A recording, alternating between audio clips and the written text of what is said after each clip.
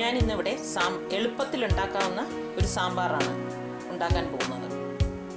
ആദ്യം സാമ്പാർ പരിപ്പ് ഒരു 1/4 കപ്പ്, ചെറിയൊരു കപ്പാണിത്, അതിലൊരു 1/4 കപ്പ്. ചെറിയ ഉള്ളി 7 8, 2 വെണ്ടയ്ക്ക അരിഞ്ഞത്,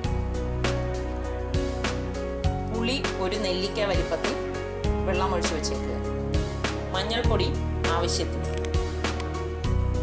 സാമ്പാറിന് വേണ്ട വെജിറ്റബിൾസ് ഞാനിവിടെ എടുത്ത് വെച്ചിട്ടുണ്ട്.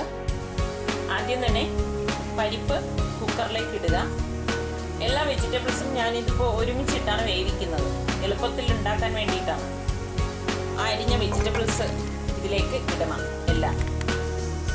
വെണ്ടയ്ക്ക ഒഴികെയുള്ള എല്ലാ വെജിറ്റബിൾസും ഞാൻ ഇതിലിട്ട്, വെണ്ടയ്ക്ക നമുക്ക് വഴറ്റിയാണ് ഇടാനുള്ളത്, അത് നമ്മൾ ലാസ്റ്റേ ചെയ്യത്തുള്ളൂ. പരിപ്പും എല്ലാ വെജിറ്റബിൾസും ഇട്ട് കണക്കിന് വെള്ളവും ഒഴിച്ച് ഉപ്പും ഇടണം. ഇതിലേക്ക് കുറച്ച് കായപ്പൊടി കൂടെ ഇടുക. ഉപ്പിട്ടിട്ടുണ്ട് ഞാൻ, കുറച്ച് കായപ്പൊടി ഇട്ട് കണക്കിന് വെള്ളം ഒഴിക്കുക.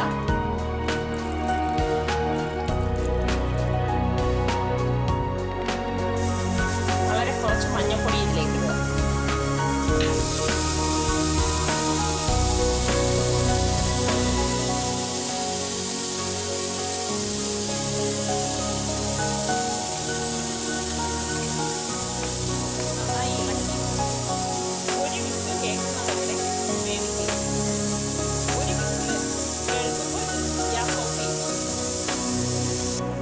ഇതിപ്പോൾ ഞാൻ മൂടി വിസിലിട്ട് അടുപ്പത്ത് വെച്ചിട്ടുണ്ട്. ഒരു വിസിൽ കേൾക്കുമ്പോൾ ഓഫ് ചെയ്തിട്ട് ബാക്കി ചെയ്യാം. നമ്മൾ വേവിച്ച് വെജിറ്റബിൾ ഒരു വിസിൽ കഴിഞ്ഞ് വിസിലൊക്കെ പോയിട്ട് വെജിറ്റബിൾസ് വെച്ചിട്ടുണ്ട്. ഇതിന് വേണ്ട പൊടികൾ ഒരു 2 ടീസ്പൂൺ മല്ലിപ്പൊടി, 1/2 ടീസ്പൂൺ സാമ്പാർ,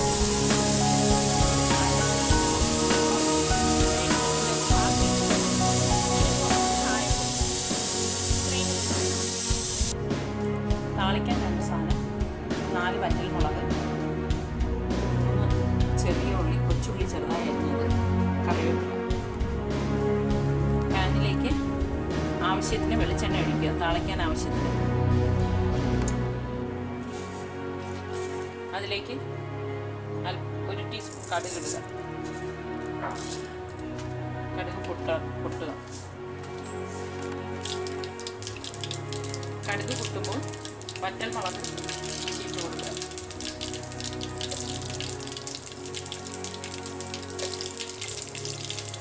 കറിവേപ്പില ഇടുക.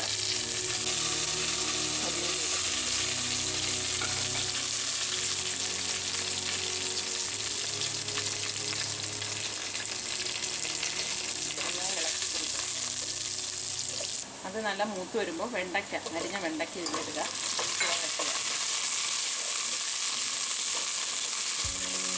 ഇതിലേക്ക് സ്വല്പം കായപ്പൊടി ഇട്ട് കൊടുക്കുക.